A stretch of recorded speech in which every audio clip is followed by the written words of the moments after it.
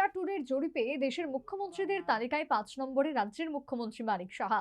বরদোয়ালি মণ্ডলের তরফে মুখ্যমন্ত্রীকে সংবর্ধনা জ্ঞাপন। রাজ্যবাসীকে এর পুরো কৃতিত্ব দিলেন মুখ্যমন্ত্রী মানিক সাহা। ব্যতিক্রমী তো বটেই, সরকারি কাজের পাশাপাশি সমানে চালিয়ে যাচ্ছেন দলীয় কর্মকাণ্ড। চূড়ান্ত ক্লান্তির মাঝেও ঠোঁটে মুখে হাসি, মিষ্টভাষী, ধৈর্যশীল।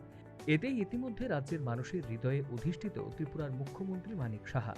রাজনৈতিক বিশেষজ্ঞ মহলের এমনটাই অভিমত। এই পরিস্থিতিতে ইন্ডিয়া টুডের জরিপে দেশের মুখ্যমন্ত্রীর তালিকায় ৫ নম্বর স্থানে রাজ্যের মুখ্যমন্ত্রী মানিক সাহা। এই খবর প্রকাশে ইতিমধ্যে রাজ্যবাসী এবং বিশেষ করে বিজেপি নেতাকর্মী সমর্থকদের মধ্যে উৎসাহ ও খুশির বাতাবরণ সৃষ্টি হয়েছে। এই অবস্থায় রবিবার সকালে নিজ বিধানসভা কেন্দ্র তথা বিজেপির টাউন বরদোয়ালি মণ্ডলের তরফে মুখ্যমন্ত্রী মানিক সাহাকে সংবর্ধনা জ্ঞাপন করা হলো।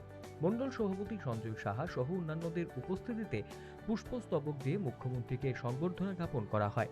তবে তার এই সফলতার পুরোপুরি কৃতিত্ব রাজ্যবাসীকে দিলেন মুখ্যমন্ত্রী মানিক সাহা। এখন আমাকে ফিফথ পজিশনে রেখেছে, আমিও দেখেছি কালকে এটা কিভাবে হয়েছে। আমি শুনলাম যে তারা বোধহয় একটা সমীক্ষা করেছে ওই ইন্ডিয়া টুডে, সেই সমীক্ষায় আমাকে ফিফথ পজিশন রেখেছে। আমি এটা আমি না, অ্যাকচুয়ালি আমাদের ত্রিপুরাবাসীর জন্য এটা সম্ভব হয়েছে। আমি একটা সুযোগ পেয়েছি, মাননীয় প্রধানমন্ত্রী যে আমাকে একটা সুযোগ দিয়েছে, সেই সুযোগের সদ্ব্যবহার করে মানুষের জন্য কাজ করার চেষ্টা করছি। এতে পপুলারিটি কি হলো না হলো সেটা তো আমার জানা ছিল না।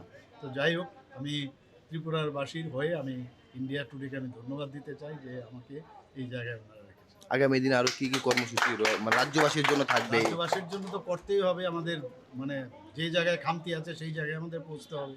যেখানে দেখবো কোনো সমস্যার সমাধান করব, তো সেই দিকেই আমরা কাজ করব। উন্নয়নের কোনো সাবস্টিটিউশন নেই, উন্নয়নই করব।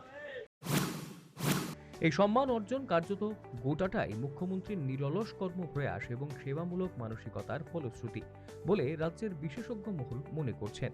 তবে এই সম্মানে যে মুখ্যমন্ত্রী মানিক সাহার দায়িত্ব, কর্তব্য এবং দায়বদ্ধতা আরও অধিক বেড়ে গেল তা বলাই বাহুল্য। Bureau report, news vanguard.